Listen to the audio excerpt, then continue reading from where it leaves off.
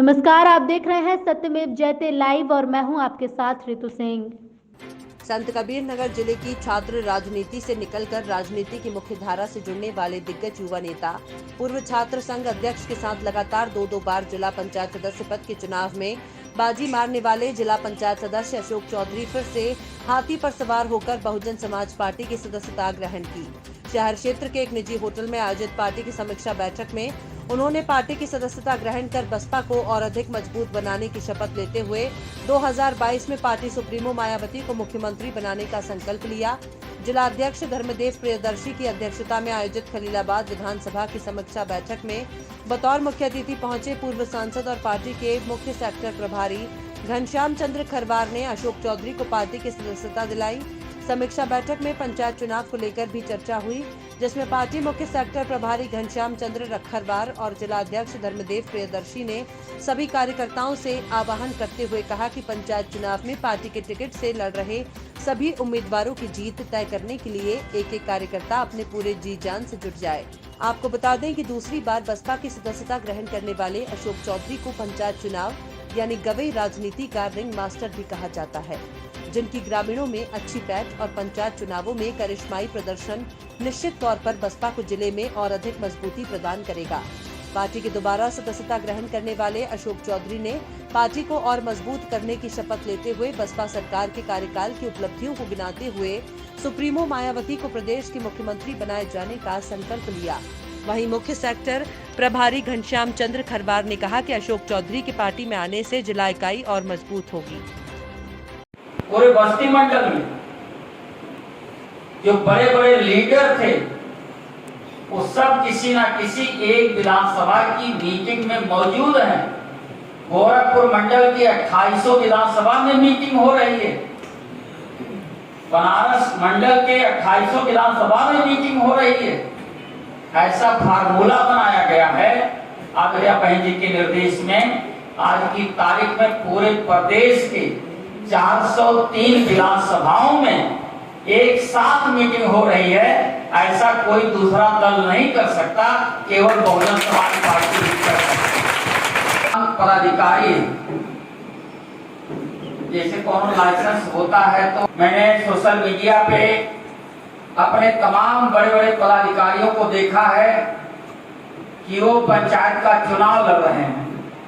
पंचायत का चुनाव लड़ रहे हैं, चाहे प्रधान का हो, चाहे बीडीसी हो, या जिला पंचायत का चुनाव लड़ रहे हैं।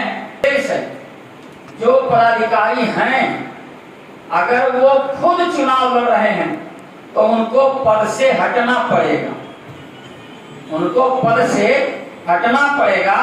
अगर उनकी धर्मपत्नी या उनकी माँ या उनके पिताजी या उनके भाई या परिवार का कोई दूसरा सदस्य लड़ रहा है तो उनको पद से हटना जरूरी नहीं।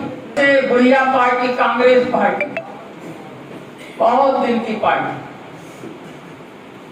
भारतीय जनता पार्टी, दोनों कम्युनिस्ट पार्टियां और प्रदेश में तमाम पार्टियां, देश के अंदर तमाम पार्टियों के होते हुए मानवर कांशीराम साहब को, आदरणीय बहन जी को बहुजन समाज की पार्टी बनाने की जरूरत क्यों पड़ी? इसलिए मानवर कांशीराम साहब ने कदम बढ़ाया क्योंकि लोगों ने तो हमारा वोट लिया, सत्ता में वो लोग गए। जब सत्ता में लोग पहुंच गए तो सत्ता का लाभ भी हमें मिलना चाहिए था,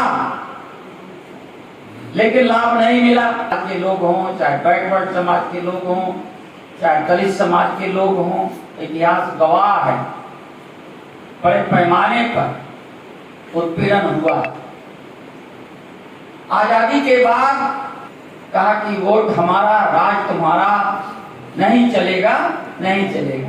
मानव श्री कांशीराम साहब के चरणों में श्रद्धा सुमन अर्पित करते हैं। आज मुझे बहुजन समाज में शामिल होने का अवसर मिला है, इसके लिए हम आप सबका बहुत बहुत धन्यवाद जी का कोटि कोटि धन्यवाद देता हूँ। मुझे पार्टी में काम करने का अवसर मिला है। मुख्य अतिथि हम सबके नेता जिनकी सरपरस्ती में आज मुझे बहुजन समाज पार्टी ज्वाइन करने का अवसर मिला है, आदरणीय घनश्याम चंद्र खरवार साहब। मेरा कोई आज पहला नहीं है, कि मैंने बहुजन समाज पार्टी ज्वाइन किया। मैं पहले से भी बहुजन समाज पार्टी के लिए काम करता रहा हूँ। सन 2007 में जब माननीय भगवान दास जी विधानसभा का चुनाव लड़ रहे थे तो हम लोग तन मन धन से उनकी मदद करके सभा में भेजने का काम किया। बहुजन समाज ज्वाइन आज मैंने किया है। मैं आपको बता दूं कि एक घर जाऊंगा, सभी पिछड़ी जातियों को, हर वर्ग के लोगों को जोड़कर बहुजन समाज पार्टी को शामिल कराऊंगा और ताकि 2022 में आदरणीय बहन जी इस प्रदेश की मुख्यमंत्री बने। जब पार्टी विरोधी है तो उसका सबसे बड़ा हथियार संगठन होता है। जिसका संगठन मजबूत होता है वही पार्टी फिर विधानसभा में पहुंचती है साथियों। इसलिए हम लोग को बैठना नहीं है, पद लेके बैठने की जरूरत नहीं है। आपको गली गली बैठना है, गांव बैठना है। इस समय देश के हालात बहुत खराब है। इस समय देश में इमरजेंसी लगी हुई है। कोई अपनी बात कह नहीं सकता है, कोई अपनी बात लिख नहीं सकता है, तो सरकार के खिलाफ बोल देगा, उसको जेल में डाल दिया जाएगा। मित्रों, आज किसान वार्ड में बैठा हुआ है, किसी को नौकरी नहीं है, तो हमको आपको समझाने की जरूरत है। मित्रों, आप चौराहे में बैठो, घर मत बैठो, निकल जाओ। 8 महीने का विधानसभा का चुनाव है, आप घर बैठ जाओ, चौराहे से निकल चौराहे में बैठ जाओ और बहुजन समाज की बात करो। आदरणीय बहन जी के 2007 के शासन को आप बताओ, उस समय गंडों की क्या औकात थी। उस समय आप बैकलॉग के माध्यम से सभी को नौकरी मिली हुई थी। हर विभागों में सबकी सूची बनाई गई कि कहां किस जाति के लोग कम है, कहां जाते हैं। सबको नौकरी मिला, सफाई कर्मी में मुफ्त में नौकरी मिला। तो बहुजन समाज पार्टी ने सबको काम देने का काम किया। सज्जन सुखाए की पार्टी है, ये सबकी पार्टी है, ये दलितों की पार्टी है, पिछड़ों सबकी पार्टी है। इसलिए मित्रों बैठिए नहीं, 8 महीना और बचा है, क्योंकि अगर 8 महीना आप चुप जाओगे तो फिर पछताना पड़ेगा। मित्रों, बाकी नहीं, तन मन धन से मैं पार्टी की सेवा करूंगा। जब भी जहां भी अभी आपको जब भी लड़ना हो किसी से, जहां तुम जाती होगी वहां मैं खड़ा रहूंगा।